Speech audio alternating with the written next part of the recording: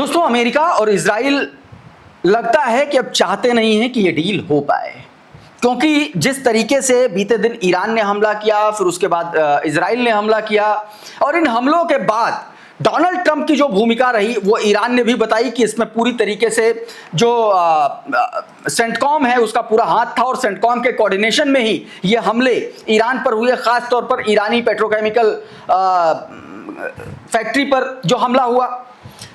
अब एक बड़ा अटैक ईरान की तरफ से किया गया, और ये अटैक इराकी कुर्दिस्तान रीजन में अमेरिकी ठिकानों पर किया गया। अभी उस खबर के बारे में मैं आपको जानकारी दूंगा। डोनाल्ड ट्रंप का एक बड़ा बयान निकल के सामने आया बेंजामिन नेतन्याहू को। क्या डोनाल्ड ट्रंप ने कहा है इसके बारे में भी आपको बताऊंगा। साथ में हुतीस और हिजबुल्लाह ने दो तरफ से, साउथ और नॉर्थ दोनों तरफ से इजराइल को फंसा दिया। कैसे फंसाया है उससे जुड़ी भी कुछ खबरें हैं, मैं आपको उसके बारे में बताऊंगा। और बीते दिन जो रमत डेविड एयरबेस पर अटैक किया था उसकी सैटेलाइट तस्वीरें निकल के सामने आई हैं। भारी नुकसान इजराइल को हुआ है, वो तस्वीरें भी आपको दिखलाने की कोशिश करूंगा। और स्ट्रेट ऑफ हॉर्मुज में अमेरिका का अपाचे हेलीकॉप्टर क्रैश हुआ है, क्या पूरी खबर है, क्या जानकारी है, सब कुछ बताने जा रहा हूं। सबसे पहले इन तस्वीरों को देखिए। ये इराक के कई इलाकों पर अटैक हुआ है और ये उसकी तस्वीरें हैं। एक ये वीडियो है, आसमान में ये ड्रोन अटैक किया गया है, इसको इंटरसेप्ट किया गया है। एक ये तस्वीर देखिए,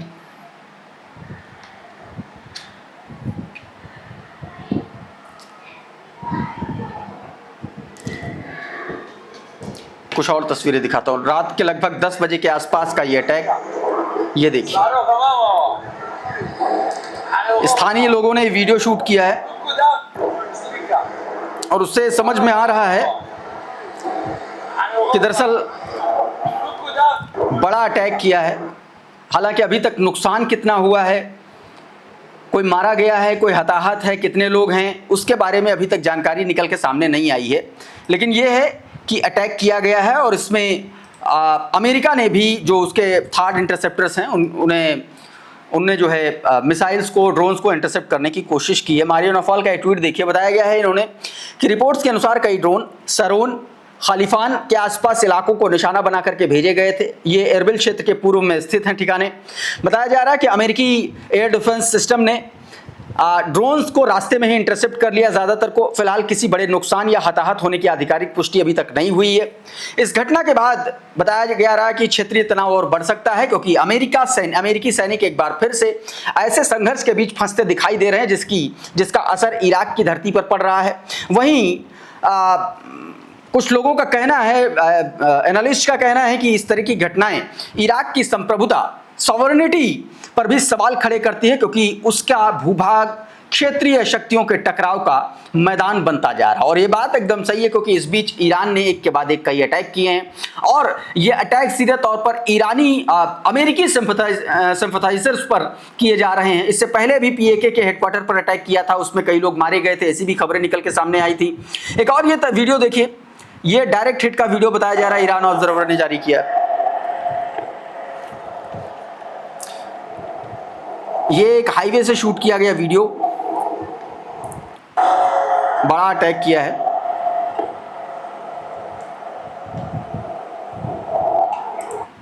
ये इंटरसेप्ट करते हुए वीडियो देखिए जरा, जब इराकी मिसाइल ने ड्रोन को इंटरसेप्ट किया, ये उस दौरान की तस्वीर है।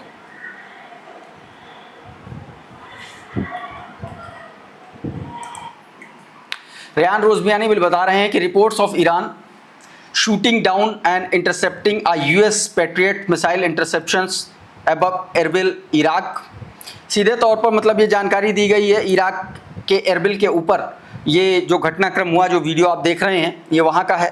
कहा जा रहा है कि ईरान ने एरबिल के ऊपर अमेरिकी MIM 104 पैट्रियट इंटरसेप्टर मिसाइल को मार गिराया है, उसे इंटरसेप्ट किया। हालांकि इस दावे की अभी तक जो है आधिकारिक पुष्टि नहीं हो पाई है, लेकिन ईरान ने एक और पैट्रियट मिसाइल को जो है मार गिराया है, ये जानकारी दोस्तों निकल के सामने आ रही है। उधर हुतीस जो हैं वो लगातार इजराइल के लिए अब बड़ी समस्या बनते जा रहे हैं। जरा इस ट्वीट को देखिए आपकी स्क्रीन पर, इसमें जो जानकारी दी गई है वो ज़्यादा इंपॉर्टेंट। बताया गया रिपोर्ट्स के अनुसार हिजबुल्लाह के ड्रोन उत्तरी इजराइल की सीमा में लगातार अटैक कर रहे हैं। सोशल मीडिया पर साझा की गई फुटेज में ड्रोन गतिविधि दिखाई देने का दावा किया जा रहा है। इसके कोर्ट में जो वीडियोस आप देख पा रहे होंगे वहां पर आपको ये वीडियो मिल भी जाएगा। ये घटनाक्रम ऐसे समय में सामने आया जब इजराइल कोर्ट्स, जो इजराइल का रक्षा मंत्री है, उसने चेतावनी दी थी कि उत्तरी इजराइल पर अगर दोबारा हमला हुआ तो बेरूत के दक्षिणी शहरों पर नए सैन्य अटैक किए जाएंगे। और इस बीच आप देखो कि लगातार अटैक किया जा रहा है। हुतीज ने भी इजराइल की दिशा में ड्रोन छोड़े हैं, ड्रोन से अटैक किया है। और अगर इन रिपोर्ट्स की पुष्टि होती है तो ये इजराइल के लिए सबसे बड़ा खतरा है, क्योंकि उत्तर में लेबनान और दक्षिण में यमन की दिशा से एक साथ इजराइल पर दबाव बनाया जा रहा है। और आप ये समझो कि अगर हुती और हिजबुल्लाह एक साथ इजराइल पर हमला करने लगे तो, और दोनों के पास अगर एफपीवी ड्रोन्स पहुंच जाएं तो बहुत मुश्किल हो जाए, क्योंकि एफपीवी ड्रोन्स आईडीएफ के लिए कब्रगाह बन चुके हैं। मतलब हर रोज 2-3, 5 इस तरीके से लोग घायल हो रहे हैं, आईडीएफ के सैनिक, कुछ लोग मारे जा रहे हैं। बीते दिनों तो नॉर्थ इजराइल का जो कमांडर है रॉफी मिलो, उसके काफिले पर हमला कर दिया था। मतलब वो व्यक्ति बाल बाल बचा था। और अभी तो बेंजामिन नेतन्याहू जब नॉर्थ इजराइल गया, वेस्टर्न गैलिली का दौरा करने गया था बेंजामिन नेतन्याहू, वहां पर भी हिजबुल्लाह ने ड्रोन मारा उसी इलाके में। तो हिजबुल्लाह के जो एफपीवी ड्रोन्स हैं, इनकी कार्ड फिलहाल अभी तक आईडीएफ के पास नहीं है। और शायद यही वजह है कि अगर हिजबुल्लाह और हुतीज उत्तर और दक्षिण से एक साथ अगर हमला होता है तो इजराइल के लिए और ज्यादा मुश्किल पेश आ सकती है। तो बड़ी खबर यह है, अब ये देखिए, ये जो ड्रोन छोड़ा था हुतीज ने, ये उस ड्रोन को इंटरसेप्ट किया गया है इजराइल की तरफ से। ये उसका वीडियो है। ड्रोन आ रहा था, फिर नीचे से ये मिसाइल इंटरसेप्ट किया गया उस ड्रोन को और मार गिराया। मधुरेंद्र बता रहे हैं कि इजराइल के दक्षिणी शहर इलात में रेड सी पर तैनात इजरायली नौसेना के एक सतही युद्धपोत से इंटरसेप्टर मिसाइल दागे जाने का ये सीसीटीवी फुटेज है। रिपोर्ट्स के अनुसार इंटरसेप्टर मिसाइल ने सफलतापूर्वक एक ड्रोन को मार गिराया। ड्रोन कथित तौर पर यमन में ईरान समर्थित हुती विद्रोहियों द्वारा लॉन्च किया गया था। इंटरसेप्शन इलाक के ऊपर हुआ। हालांकि हाल के दिनों में हुती द्वारा इजराइल की ओर से ड्रोन और मिसाइल हमलों में तेजी देखी गई है, बढ़ोतरी देखी गई है, जिसके जवाब में इजराइल अपना जो एयर डिफेंस सिस्टम है और जो उसकी नेवी है उस पर जो लगे उसके एयर डिफेंस सिस्टम हैं, उनको लगातार उसे सक्रिय रखना पड़ रहा है।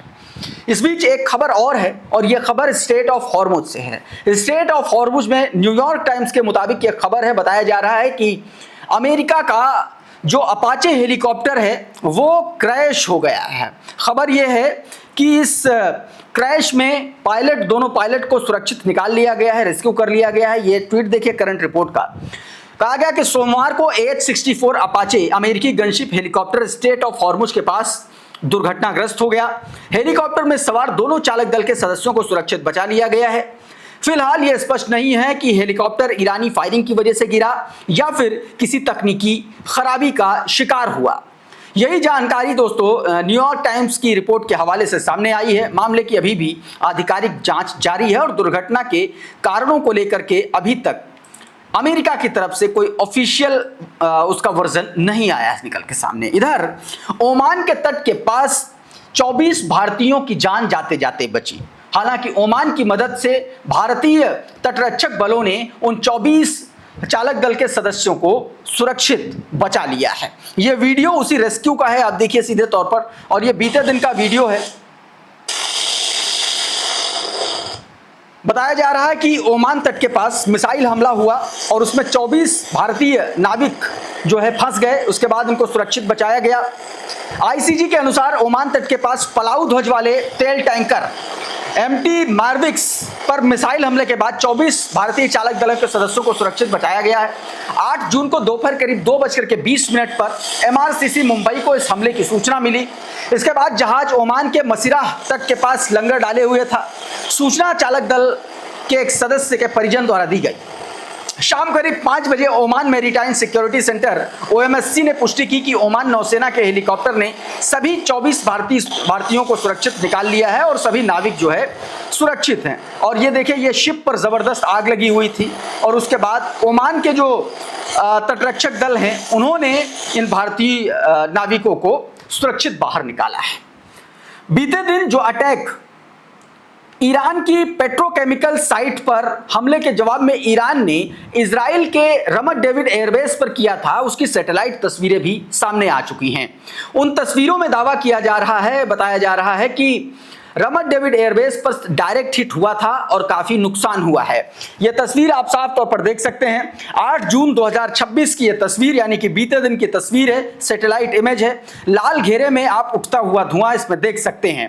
क्लैश रिपोर्ट बता रहा है that Iranian missile impact recorded at Ramat David airbase, northern Israel का यह हिस्सा। The strike likely destroyed as a warehouse storage building. Warehouse storage building को निशाना बनाया गया है। यह जानकारी दोस्तों दी गई है। आरटी ने भी इस खबर के बारे में बताया कि Iran missile delivered direct hit on Israel airbase, sat pics confirm. Satellite की तस्वीरों ने इस बात का कंफर्मेशन किया है कि रमत डेविड एयरबेस पर ईरानी मिसाइल का डायरेक्ट हिट हुआ है। उधर दोस्तों हिजबुल्लाह ने ब्यूफोर्ट कैस्टल के पास इजराइल का एक और अत्याधुनिक मरकावा टैंक जो है उड़ा दिया है और उसका वीडियो भी उसने जारी किया है। आपकी स्क्रीन पर यह वीडियो आप साफ तौर पर देख सकते हैं। रॉकेट के जरिए ये उसने गाइडेड मिसाइल जो है उसके जरिए ये अटैक किया है मरकावा टैंक पर। दावा किया जा रहा है कि पहले first person view FPV drone के जरिए निरीक्षण किया गया ब्यूफोर्ट कैस्टल के आसपास, वहां उससे अटैक किया गया। फिर उस अटैक से जो मरकावा टैंक वगैरह बच गए, उसके बाद यहां पर इस गाइडेड मिसाइल के जरिए अटैक किया गया। ये रेड सर्किल में आप साफ तौर पर देख सकते हैं अटैक किया गया और उसके बाद वहां से आग लगी, धुआं उठता हुआ नजर आ रहा है और ये टैंक जो है पूरी तरीके से तबाह हो गया है। हिजबुल्लाह ने दोस्तों बीते दिन एक के बाद एक 16 अटैक किए हैं। ड्रॉप साइट ने इस खबर को विस्तार से बताया है कि उसने कहां और कब कब अटैक किए हैं। आप साफ तौर पर अपनी स्क्रीन पर देख सकते हैं कि ये ट्वीट है। इसमें जो जानकारी दी गई है वो मैं आपको एक बार बता देता हूं कि कहां अटैक किया गया है। हिजबुल्लाह ने यह दावा किया है कि उसने इजरायली बलों के खिलाफ कम से कम 16 हमले किए हैं, इसमें बताया गया। इसमें से 9 हमले साउथ लेबनान के योहमेर अल शकीफ के आसपास किया गया, यानी कि वही ब्यूफोर्ट कैस्टल के आसपास का इलाका। और योहमेर अल शकीफ जो है ये नबतिया शहर से लगभग 8 किलोमीटर दक्षिण पूर्व की ओर एक ये पहाड़ी कस्बा है और यहाँ पर ये लिटानी रिवर के पास जो है पड़ता है। लिटानी रिवर आप पता है कि उसके नॉर्थ में पूरा का पूरा इजराइल का कब्जा हो चुका है और यही बात लगातार इजराइल कर रहा है कि नॉर्थ में तो कब्जा रहेगा ही रहेगा, बल्कि साउथ में लेबनान के इलाके में वो चाहता है कि 8 किलोमीटर का बफर जोन बने और उसके बाद भी हिजबुल्लाह नहीं, जो लेबनीज आर्म फोर्सेस हैं उनका कब्जा हो। बावजूद इन शर्तों के जो अमेरिका में अभी बीते दिनों इन तमाम शर्तों पर बातचीत हुई और उसके 24 घंटे नहीं बीते थे, एयाल जामिर का बयान आ गया और उसने कहा कि नहीं, हम तो हमले नहीं बंद कर रहे हैं। और उसके बाद बेरूत में एक के बाद एक कारपेट बॉम्बिंग की और इसका नतीजा ये निकला कि लगभग 40 से 50 बेगुनाह मारे गए थे इजराइल के उस हमले में। और उसके बाद हिजबुल्लाह ने अपने हमलों की जो इंटेंसिटी है वो तेज की और इसी के तहत ईरान भी इसमें शामिल हुआ और नॉर्थ इजराइल पर बीती रात यानी कि 7 और 8 तारीख के दरमियानी रात उसने ताबड़तोड़ अटैक किया। तो ये खबर, इस बीच डोनाल्ड ट्रंप का एक बयान आया निकल के सामने जिसमें डोनाल्ड ट्रंप ने कहा है कि उसने चेतावनी दी थी नेतन्याहू को। इस ट्वीट को देखिए, इसमें डोनाल्ड ट्रंप के बयान को कोट अनकोट कर रहा हूं। देखिए, उसने कहा कि मैंने नेतन्याहू को चेतावनी दी थी कि अगर वो हालात को बढ़ा करके पूर्ण युद्ध की ओर ले जाते हैं तो उन्हें ईरान के खिलाफ अब अकेले लड़ना पड़ेगा, यानी कि अमेरिका इस जंग में इजराइल का साथ नहीं देगा। इस बात को भी खुलासा ट्रंप ने किया कि ये करने के लिए ट्रंप को 5 गल्फ कंट्रीज ने प्रेशर किया था। अब वो कौन सी गल्फ कंट्रीज हो सकती है, आप जान सकते हैं कि यूएई किस तरीके से तबाह हो रखा है। कुवैत की बात कर लें, सऊदी अरब की बात कर लें, बहरीन की बात कर लें, जॉर्डन की बात कर लें, तमाम सारे ऐसे ये मिडिल ईस्ट के जो मुल्क हैं जो अमेरिका के चिंटू बने हुए हैं, उनको भारी नुकसान हो रहा है ईरानी हमलों से। और शायद यही वजह है कि डोनाल्ड ट्रंप ने दबाव बनाया, लेकिन बेंजामिन नेतन्याहू मानने के लिए तैयार नहीं, क्योंकि उसके अपने पॉलिटिकल बेनिफिट्स हैं। अगर वो हमला नहीं करेगा, अगर वो जंग नहीं लड़ेगा, तो उसकी कुर्सी कल चली जाएगी। शायद यही वजह है कि ईरान पर लगातार हमले की तैयारी वो अभी भी कर रहा है। इस बीच एक इंटरव्यू के दौरान बेंजामिन नेतन्याहू, माफ कीजिएगा, डोनाल्ड ट्रंप ने एक पत्रकार के से इंटरव्यू के दौरान बीच इंटरव्यू में छोड़ करके उसको जाना पड़ा, क्योंकि सवाल कुछ ऐसे थे। देखिए जरा ये। Evidence than ever presented. Let's talk your about elections in this country. We're like a third world country. Your elections are crooked, and you're crooked, and Meet the Press is crooked, and so is ABC and CBS and CNN. But Mr. President, you're one-sided crooked networks. All right, let's call it quits because I've had enough. Thank you, darling. Have a good time. Mr. President, let's please. I traveled all the way to Wisconsin. I've sat in the rain with you. I know. I've sat in the rain with you for an hour, on and off in the rain, and I've given you enough time. You ought to straighten out your press, because you know what? Mr. President, a country can never be great with a dishonest listen, press. we traveled all the way to Wisconsin for this interview. Donald Trump इस video में पत्रकार से दरअसल ये कह रहा है कि मैंने तुमको बारिश में तुम्हारे इंटरव्यू के लिए मैं रुका रहा, घंटों तक मैंने तुमको वक्त दिया, तुमने काफ़ी समय मैंने तुमको दिया है, तुमने अपनी पत्रकारिता ठीक से करनी चाहिए। दरअसल पत्रकार जो है, महिला पत्रकार, बहुत तल्ख सवाल कर रही थी और जिसके जवाब शायद डोनाल्ड ट्रंप के पास थे नहीं, और उसके बाद डोनाल्ड ट्रंप वहाँ से भाग निकला। इस बीच ईरान ने अपनी डील की शर्तों में एक बदलाव किया है। दावा किया जा रहा है, खबरों में कहा जा रहा है कि ईरान ने अमेरिका से कह दिया है कि सभी फ्रंट पर जंग समाप्ति होनी चाहिए, यानी कि उसने अब उसमें गजा को भी शामिल कर लिया है। सुलेमान अहमद का ये ट्वीट बताया गया कि हज़ेम Qasim, Hamas spokesperson says Iran has told him that a ceasefire between Iran and the US must also include a full ceasefire in Gaza. Hamas के प्रवक्ता ने ये जानकारी दी है, उसके हवाले से इन्होंने दावा किया है कि ईरान से ये कहा है कि आप जब अमेरिका से डील करें, बातचीत करें, तो हमास गजा में भी पूर्ण सीज फायर को लेकर के अमेरिका से बातचीत करें। दोस्तों एक और खबर देख लीजिए। ये खबर ऐसी खबर है जो जंग के दौरान अमेरिका और इजराइल दरअसल ईरान पर हमला करने के लिए तैयारी कर रहे थे। ठीक उस वक्त जब ग्राउंड इन्वेजन की चर्चाएं चल रही थी, तब अमेरिका ने अपने पैराट्रूपर्स को भेजा भी था। इस खबर को देखिए।